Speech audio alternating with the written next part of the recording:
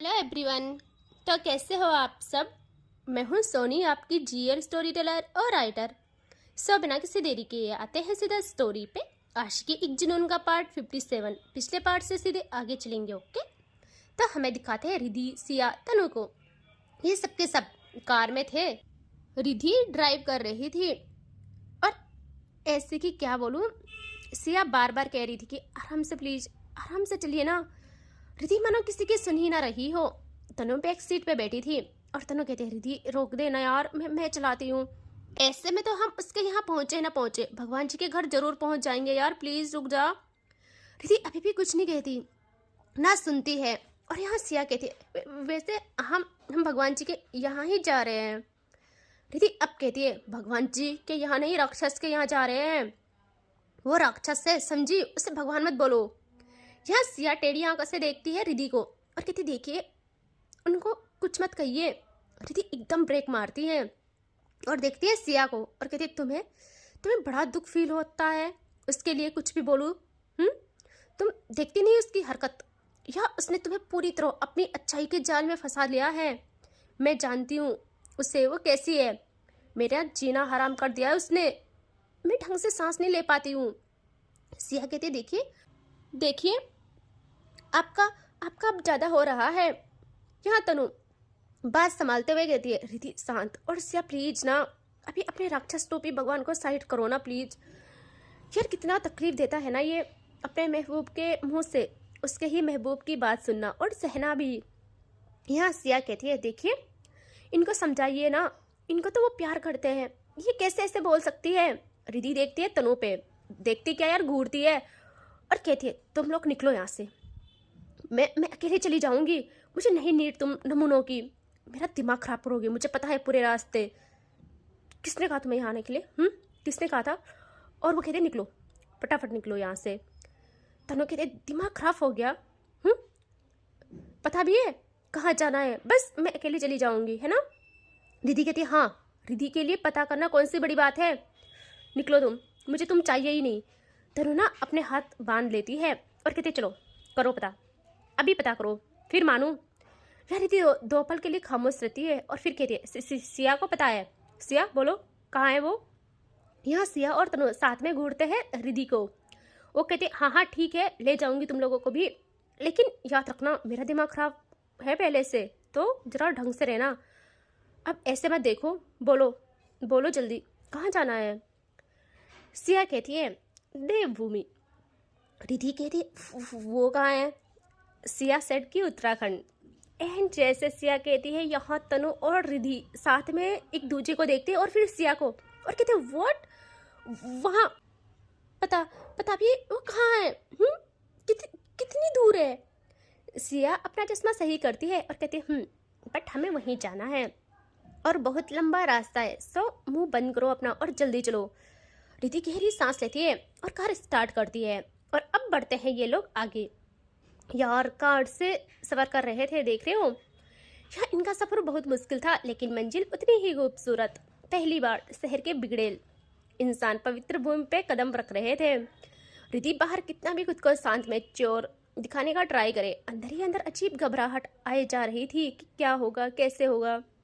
अभी तक उसने एक ही जानवर को देखा था, अब तो उसके खानदान को मिलने जा रही थी और जो सब अपने आप में एक अलग लेवल के थे उन्हें भी पता नहीं था कौन सी तूफान आने वाली है उनके यहाँ कुछ भी करके ये लोग आगे बढ़ते हैं और पूरा दिन निकल जाता है। फिर भी अभी भी बहुत दूर था।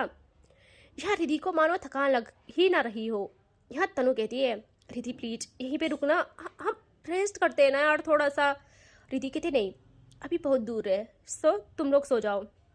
यहाँ तनु कहते मेरे लिए इतना कर दे यार, मैं थक गई हूँ। रिधि कुछ सोचती है और एक जगह गाड़ी रोकती है और ये तीनों बाहर उतर जाते हैं। यहाँ रिधि कहती है यहाँ रुक के क्या फ़ायदा। तभी तनु कहती है मुझे लगता है हम इन पहाड़ों में ही कहीं खो जाएंगे, तुम देख नहीं रही हो कहाँ से कहाँ आए पता ही नहीं चल रहा। सिया सच में यही जाना है ना। सिया कहती यही जाना है, मुझे याद है जब मुझे उठवाया था तो वो गार्ड्स यही बात कर रहे थे, मुझे पूरा याद है। रिधि कहती है व्हाट, तुम्हें उठवाया मतलब। सिया कुछ सोचती है और फिर कहते नहीं कुछ नहीं, वो बस सौम्या का नाम खराब चीज़ों में नहीं लेना चाहती थी। वो है ना कि पत्थर है तेरे हाथों में या फूल है, जब तू कबूल है तो तेरा सब कुछ कबूल है। सिया का ही नहीं, इन तीनों का, इवन चारों का हर ऐसा ही था। कहते हैं ना जो किस्मत में ना हो उससे मोहब्बत कमाल की होती है। तो बस यही चल रहा था इनका। यार तनु कहती है ओके ठीक है, बट यार कोई लॉज तो ढूंढो, कहाँ रहेंगे। रिधि कहती है गाड़ी में। तनु कहते नहीं ऐसा नहीं हो सकता। रिधि कहती है वही होगा। वहाँ सबसे ज़्यादा खुशी ना सिया के चेहरे पे थी। उसे वो झुकाव वो वादिया अच्छी लग रही थी और उसे सौम्या से मिलना हाय कितना सुकून देता है वो उसका दिल ही जानता है। यार रिधि के अंदर तो बस एक आग जल रही थी कि कैसे कैसे मुझे छोड़ आए, कैसे। जुनून जुनून जुनून करते फिरते हो। जुनून कहते किसे है मैं बताऊंगी। ये लोग वहाँ थोड़ा रेस्ट करते हैं, फिर कार की तरफ आके तनु जल्दी से ड्राइविंग सीट पे बैठ जाती है। रिधि कहते ये क्या है। तनु कहते कुछ नहीं, अब मैं ड्राइव करूंगी वरना तुम पता नहीं हमें कहाँ पहुँचाऊंगी। रिधि कहती है गुड, डर होना चाहिए तुम दोनों के चेहरे पे। और वो साइड से बैठ जाती है, सिया पीछे। तनु जल्दी से मिरर सेट करती है सिया की तरफ और अब ये जो आगे बढ़ते हैं, लेकिन जैसे जैसे आगे बढ़ते हैं वैसे वैसे और उलझते चले जाते हैं, पहाड़ों से घिर जा रहे थे लेकिन मंजिल का कोई अता पता नहीं। और अब तो रात होने वाली थी। तनु का ध्यान सिर्फ पीछे जा रहा था कि सिया ठीक होगी। और ये लोग अब मंजिल के करीब थे। पूरे रास्ते तीनों नहीं सोए थे और रात भी हो चुकी थी। यह तनु एक जगह कार रोकती है। वो पहाड़ी एरिया था बट छोटे छोटे लोग थे वहाँ। रिधि कहती है अब यहाँ क्यों रोका। तनु कहती है अरे थोड़ा रेस्ट करेंगे ना, क्योंकि वो देख देती है कि सिया ना थोड़ा सा अनकंफर्टेबल फील कर रही थी, इसीलिए वो कहती है कि तब बढ़ेंगे ना आगे, सो प्लीज़ यार। रिधि कहती है लेकिन तनु कहती है प्लीज़ यार। और वो जल्दी से उतर जाती है। यहाँ ये लोग भी उतर जाते हैं और तनु एक लॉज के पास आती है, रिसेप्शन पे जाके रूम्स लेती है। और वो कहते हैं देखिए अभी सीजन का टाइम है, सो रूम्स बहुत कम मिलेंगे आपको। यहाँ से आगे लॉज आपको 2 घंटे के सफ़र के बाद मिलेगा। सो 21 रूम अवेलेबल है, आपको रहना पड़ेगा। रिधि जैसे सुनते हैं कहते व्हाट, एक रूम इन पागलों के साथ। तो तुम भी पागल हो गए हो क्या। और रूम खाली करवाओ जल्दी से जल्दी। यहाँ वो देखता है रिधि को और कहता है मैम ये पहाड़ है, शहर नहीं जहाँ आपके लिए सारी चीज़ें अवेलेबल हो। सो आपको लेना है तो ठीक है वरना। यार रिधि कहती किस लहजे में बात कर रहे हो तुम, जानते हो मैं कौन हूँ। और दोनों जल्दी से उससे ना की लेती है और कहते सॉरी हाँ हम ले रहे हैं। और वो रिधि को अंदर ले आती है। ये तीनों एक ही रूम में थे। रिधि सोफे पे बैठ जाती है और अपना सर पकड़ के कहती है क्या बकवास है यार, ये क्या बकवास है, मैं ना उसे नहीं छोड़ूंगी, उसकी वजह से सारी चीज़ें झेलनी पड़ रही है मुझे। सिया रिधि के पास आती है और कहती देखिए आप खूबसूरती को भी तो देखिए ना, उससे माइनस पॉइंट कम हो जाएंगे। रिधि कहते सिया जी आपको खूबसूरती लग रही है, आपको ये पता है मेरे दिल में क्या बीत रही है। मुझे किसी से नहीं मतलब, बस एक बार वो इंसान मेरे सामने आ जाए, मैं बताऊँ उसे, उसने जो मेरे दिलो दिमाग में आग लगाई है। यहाँ सिया कहती है, उसकी ना आँख बंद होती है पल भर के लिए, फिर वो खुद को शांत करती है और कहती है अभी आप टेंशन लेंगी तो थोड़ी होगा कुछ सही। और तनु अंदर आती है, उसके हाथों में ना खाने की प्लेट थी। यार रिधि कुछ नहीं कहती। सिया कहती ये क्या है। तनु कहती ये खाना है, मैं लाई ना आपके लिए, पता लास्ट बचा था, अगर ये भी हाथ से चला जाता तो। और वो प्लेट में खुद सर्व करती है और रिधि को देती है, फिर सिया को। रिधि खाने के मामले में भी बहुत नेक्स्ट लेवल की थी, तनु को पता था, तो वो अच्छा सा उसकी पसंद का ही खाना लाई थी। और सिया को देखती है अब और कहती अच्छा नहीं है, खा क्यों नहीं रही हो। सिया कहती है नहीं ठंडा है। तनु कहती है तुम्हें ठंडी लग रही है। सिया कहती है तनु जल्दी से सिया का बाउल लेती है और कहती है रुको मैं इसे गर्म करवा के लाती हूँ। ऐसे कैसे दे दिया। सिया कहती है रहने दो ना। तनु कहती है नहीं, और वो बाहर चली जाती है। और रिधि बस इन दोनों को देख रही थी, देखती रह जाती है। उसे सौम्या की याद आती है कि वो कैसे हरकतें करती थी, कितना ख्याल रखना होता था, चाहे गुस्सा भी हो फिर भी ख्याल रखना होता था। उसके ना दिलो दिमाग पे उसका जुनून कम पड़ने लगता है और प्यार ज़्यादा। वो जल्दी से वहाँ से उठ के बालकनी की साइड आ जाती है, जबकि उसे ठंडी बहुत ज़्यादा लगती थी। फिर भी वो अपने ही हाथों से खुद को ऐसे कवर करती है और बस आसमान को तकते रह जाती है। इनकी रात ऐसे ही बीतती है और अब हमें दिखाते हैं सुबह का सीन, जहाँ फिर से एक बार इनका सफ़र शुरू हुआ था और अब ये लोग बहुत नज़दीक थे। यहाँ इस वक्त ड्राइव रिद्धि कर रही थी और जैसे वो उठी थी ना सुबह को, उसे तब से घबराहट परेशानियों ने घेर डाला था। सिर्फ परेशानियों ने, उसका मन कह रहा था कि कुछ तो खराब हो रहा था। रिद्धि को सौम्या की वो हरकतें याद आती है, उसका यूँ रिद्धि की फीलिंग्स के वाट लगाना याद आता है। रिद्धि जो तूफान बनाती है ना अब कार को, क्या बोलूँ भाई। सिया कहती है रिद्धि आराम से, हम शहर में नहीं है। रिद्धि रुकती ही नहीं ना, वो किसी की सुनती है। और अब वो लोग तनु और सिया की हालत खराब। पहले पहले तो सब नॉर्मल था, लेकिन बाद में ज़्यादा होने लगता है और तनु और सिया दोनों एक दूसरे को देखते हैं और फिर पहाड़ों के टेढ़े मेढ़े रास्तों में दोनों की सांसें अटकने लगती है। रिद्धि एकदम डोर को भी लॉक मोड में डाल देती है और तनु और सिया साथ में एकदम विंडो से बाहर सर करके कहते अरे कोई है, हमें हमें बचाओ इनसे। यहाँ वहाँ के लोकल लोग ये देख रहे थे और कह रहे थे क्या नमूने हैं। यहाँ तनु और सिया सबके साथ साथ भगवान को भी पुकारते हैं, भगवान जी रक्षा करो हमारी। और रिद्धि जल्दी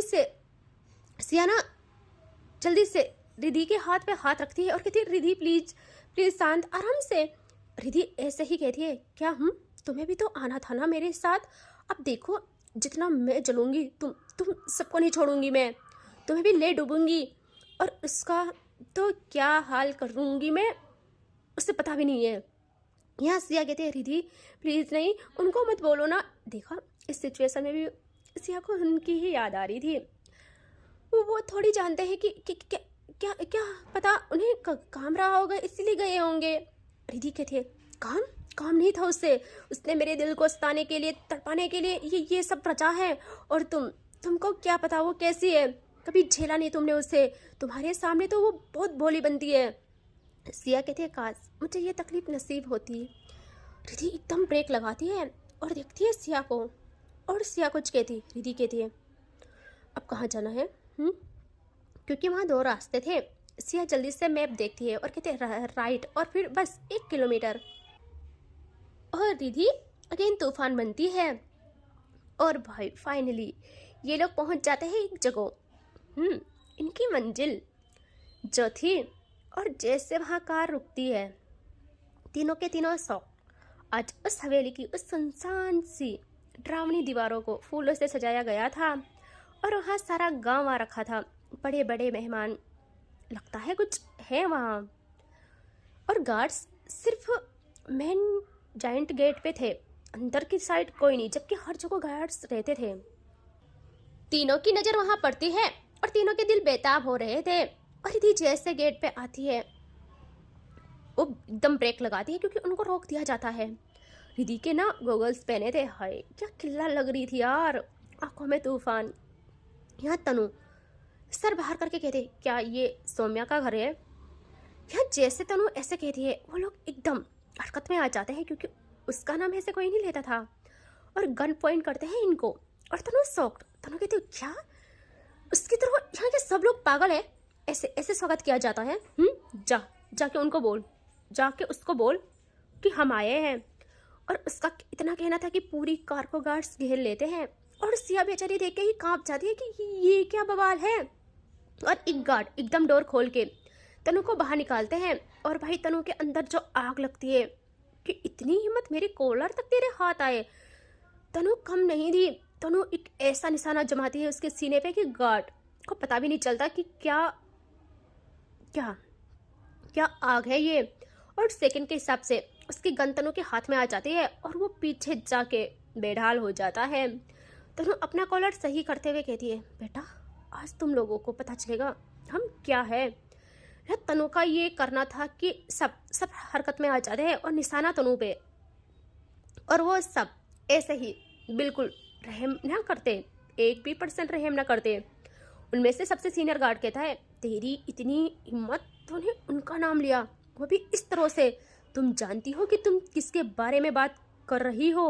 लगता है तुम्हें बताना पड़ेगा। और वो कुछ करता, वो कहता है कि लगता है तुम्हें बताना पड़ेगा। वो तो आज पूजा है, आज ये सख्त ऑर्डर है कि किसी को कुछ नुकसान ही होना चाहिए, वरना। और वो कुछ करता, रिद्धि एक झटके में डोर ओपन करती है और भाई उसकी हील्स ज़मीन को टच करती है, उस जगह को टच करती है जहाँ उसका मुकद्दर उसे लापटका था, और उसकी खुशबू पूरे हवा में घुल जाती है। उसकी हाथों में रोड थी, देख रहे हो, और दूसरे में गन जो उसने वहाँ अपने साथ रखी थी, और आंखों पे गोगल्स।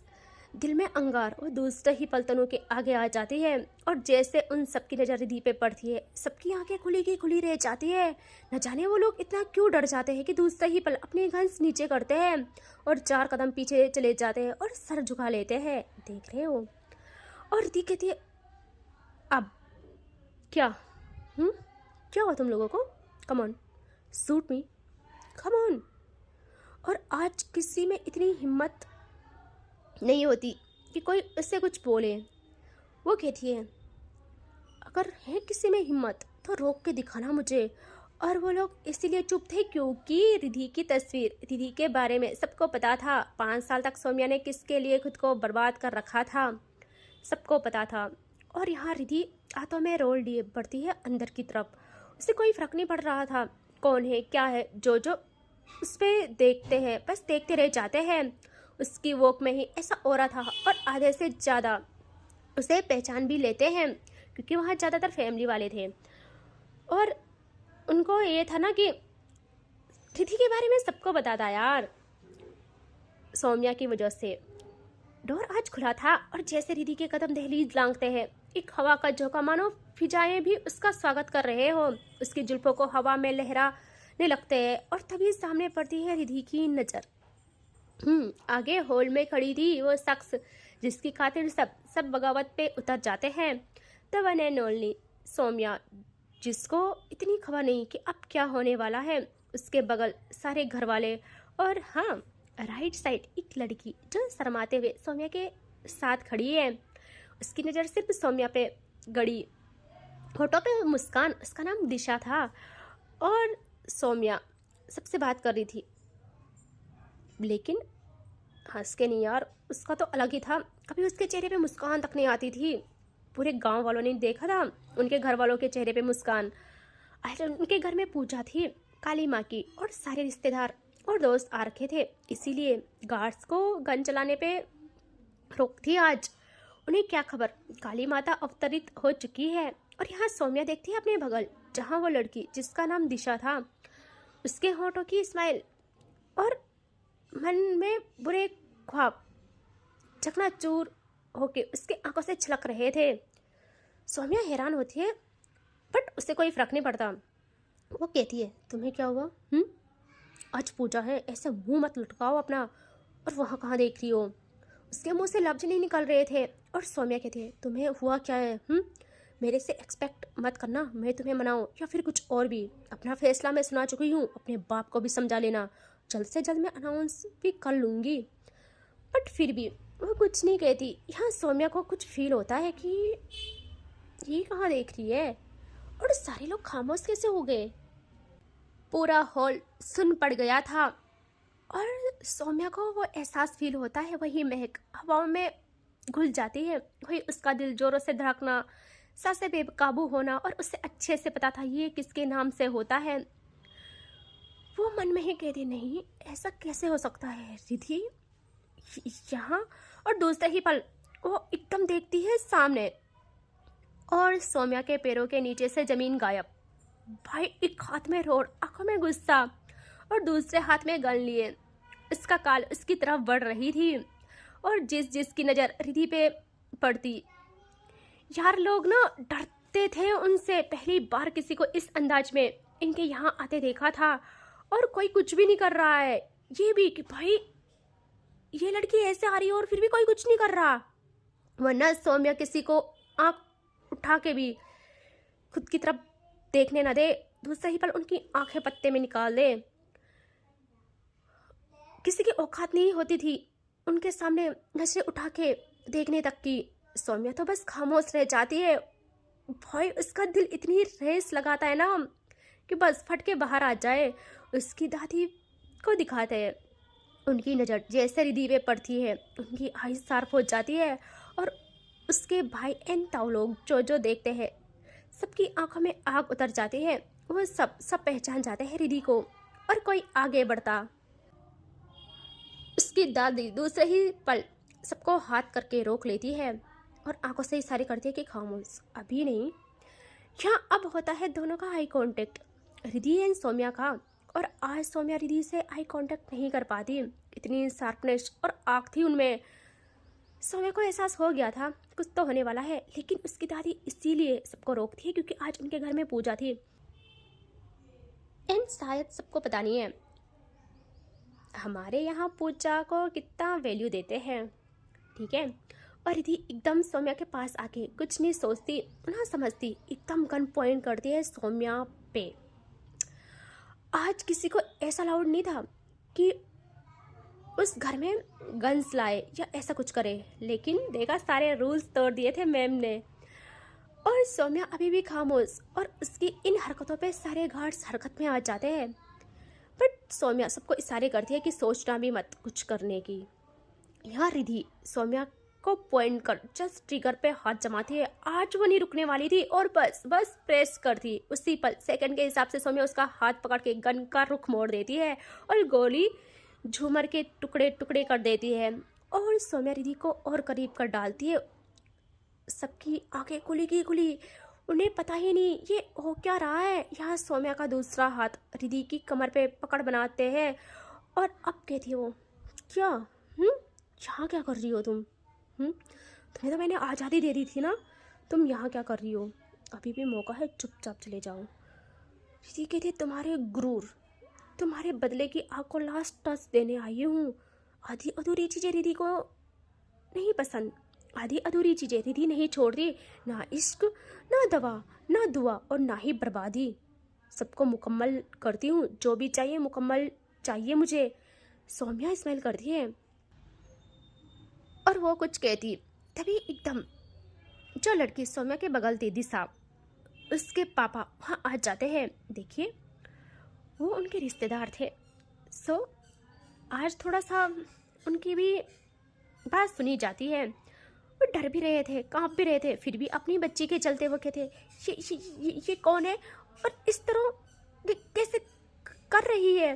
ये वही लड़की है ना, जहाँ तक मुझे याद है हमने आपसे बात की थी अपनी बच्ची के बारे में, और आपने कहा था आप सोचेंगे। और ये बात जैसे रिधि सुनती है, वो देखती है सौम्या को और उसके हाथ से रोड घिर जाती है और दूसरे ही पल सौम्या का कॉलर पकड़ती है रफली और नजरें ले जाती है दिशा पे एंड फिर सौम्या पे। यहाँ सौम्या की दादी आंखों से इशारे करती है उसको कि खामोश, आज पूजा चल रही है, सो मैं कुछ भी ऐसा वैसा तमाशा नहीं चाहती, इसीलिए तेरी बकवास सुन ली मैंने, वरना हमारी बात काटे और हमारे सामने कोई बोले, किसी की इतनी औकात नहीं। एंड उसके पापा भी थोड़ा साइड हो जाते हैं। देखिए वो उनके रिश्तेदार थे, इसीलिए थोड़ा सा सुन रहे थे वो लोग उनकी। एंड अब इसके आगे देखते हैं नेक्स्ट पार्ट में, ठीक है। Take care, bye bye.